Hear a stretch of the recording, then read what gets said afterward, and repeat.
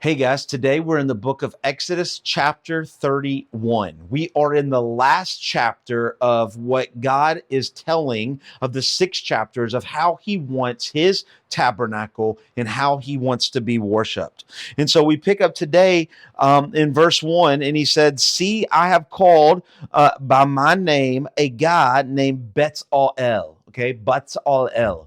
That's a name of a particular person. And it tells him, it says, "I have filled him with the Spirit of God and the ability and the intelligence with the knowledge and all craftsmanship to devise artistic designs, to work in gold, silver, and bronze, cutting stones, setting stones, carving wood, to work in every craft. And behold, I have appointed with him another God named Oholiab, the son of the tribe of Dan, and I have given to all able men the ability that they may make all that I have commanded you."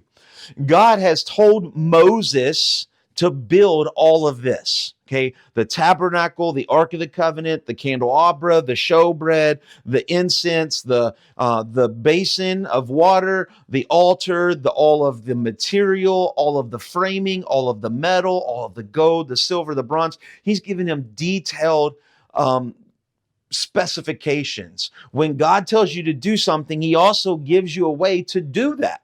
And so here he tells Moses, I have already assigned to you the general contractors, right?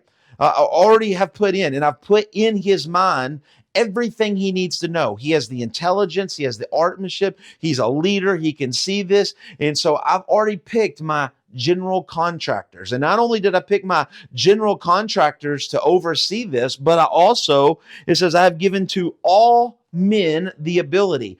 All of Israel is able to work in this. Now, think about this. When these men and women were in Egypt, they were already learning a lot of these skills: stone carving, metal work, architecture, engineering. They've already done this, but under the task of Pharaoh. And so God is using this and giving 2 men to be general contractors, supernaturally empowered them, right? Giving them the vision and the intelligence, and is now going to use this huge workforce to be able to build everything that God has wanted. In verse 7 through 11 is a detailed list of exactly what God has wanted. It's everything that we've read in the previous chapters, but it's kind of like a don't forget, right? I want you to make sure, right? It's kind of, you have 2 million people. Here's what I want you: the Ark of the Covenant, put some people here; the mercy seat, put some people there; the candelabra, put some people there, right? It's kind of this detailed list for the general contractor. But notice what it says in verse 11: "According to all that I have commanded you, they shall do." Reminding Moses to always stick to God's plan. But I love the next little chapter, and it kind of seems out of place, but let me help you understand this, right? In verse 12, uh, it just completely changes. The last 5 and the first half of this 6th chapter has been about I want, build, work, work, work, work, build, build, build, build. It's been building God's temple, right? His tabernacle. But then at the very end of this, God knows mankind. He knows a group of people who have been under the mighty hand of Pharaoh, and has been just beating them and working them like dogs. And now God says, I need you to do all of this. And it almost maybe for Israel seems like they're just under a different Pharaoh until verse 12. He's already told them in the 10 Commandments, but he reminds them after 5.5 chapters of work, work, work. Verse 12, he says, "And above all, you shall keep my Sabbath." I need you to work for me, Israel. I need this so that you and I can meet. I want a relationship with you, and I've given you a strong marching order, but don't forget to rest. Don't forget to take a day and to pause. I'm here. I'm not going anywhere. I'm not a Pharaoh. I'm not a taskmaster. I'm not somebody with a heavy arm whipping down. I love you and I care for you and I want the best for you.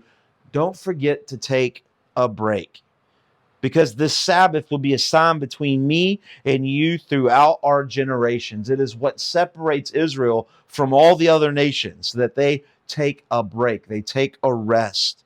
Verse 17, it is a sign forever between me and the people of Israel, that in 6 days the Lord made heaven and earth, and on the seventh day he rested and was refreshed.